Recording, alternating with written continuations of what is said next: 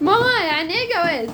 يعني ايه جواز؟ الاول يا حبيبتي بيقروا عليك الفاتحه، وتاني حاجه بيحموكي وينضفوكي ويلبسوك ابيض فابيض زي الكفن بالظبط، وبعد كده بتتحبسي الحبسه اللي يموت فيها دي، وبعد كده باخر بقى حاجه السؤال بيسال حساب. الحساب بقى، بيسالوكي بقى رحتي فين، جيتي منين، رايحه فين، جايه منين، ما يفرقش حاجه منه، زيه زي الموت بالظبط.